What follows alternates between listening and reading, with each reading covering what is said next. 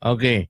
Karong mga orasa mga bay, ang Provincial Government of Davao del Sur magapahigayon sa turnover and blessing ceremony sa health center. All right?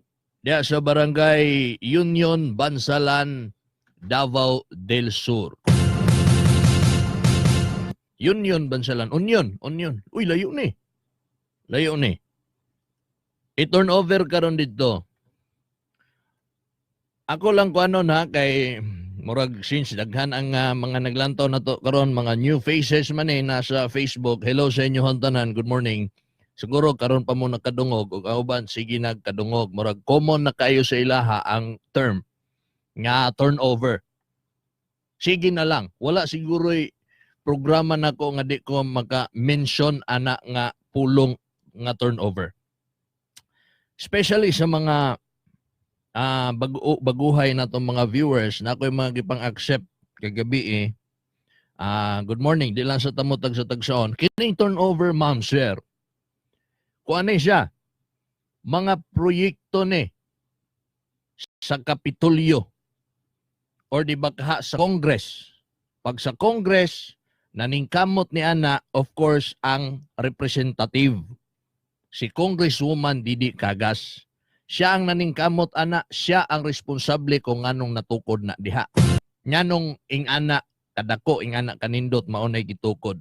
Og sa province pod, og sa Kapitolyo pod, kaysa man, of course ang gobernador. Inisyatibo, siya ang responsable nganong naana diha. So karon diha sa Union Bansalan o Union sa pagbasa ani. Naay i-turn over karon didto. Buot pasabot, doon ay proyekto dito nga humana, gamito na sa mga taga-Union, Bansalan, Davao del Sur, ang ilahang health center. Wala exact amount, pero kasagaran ana nagyud na sa milyon yun na kapin. Milyon. Ang Kapitolyo nigahin og milyon para sa health center di na sa barangay Union. Union lang atong isgutan, karon lang nga lakaw, karon lang nga activity, karon lang nga accomplishment, karong mga orasa o karong adlaw. Nya kada adlaw di gani nato mahurutanan sa kadaghan. So unsa lang ang punto nako, especially sa mga bag-ong naminaw o bag-ong nagtan-aw. Kung moingon tag milyon, dako na kaayo. Okay? Ang kwarta sa katawhan ni balik sa mga katawhan niya mapahimuslan sa kadaghanan or mapahimuslan sa tanan. Pinaagi sa mga haom nga mga programa, mga haom nga mga proyekto. Parehas anang health center.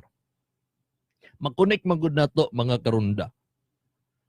Ang health center magamit gyud in taon nato na hunahunaan ninyo ang usa ka lugar nga walay health center. Walay barangay health center. Asa sila mudangop kung magkasakit sila? Layo kayo ang city health. Layo kay ang mga municipal health station. Layo kay ang hospital sa ilaha. So kay naay health center sa matag barangay, duol na lang kay sa ilaha kung sila magpatambal. Ibutang nimo sa lugar nga walay health center, na magsakit. Layo kaayo ang ospital. Unsay bation, magmalipayon ba sila? Dili. Maputol ilang kalipay kay matabunan sa kaguol kay health na may gisgutan nato ang atong panlawas. Okay, sa giingon pa atong akong amigo nagka-cancer. Wala na ko'y baot anang sakyanan og nindot nga balay. Daghan kog kwarta pwede ko ana. Ang ako maayo ko aning ako sakit. Health is wealth, di ba? Pinaka-importante labaw sa tanan. Mabitaw gani ng inignay mag-birthday. Bahalag wa tay handa doy. Basta managkot lang ta sa simbahan. Pasalamat ta sa Ginoo nga maayo atong lawas. Tinuod na.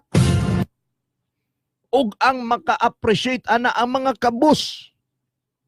Dili maka-appreciate tong ubang mga dato nga nasilaw na kwarta.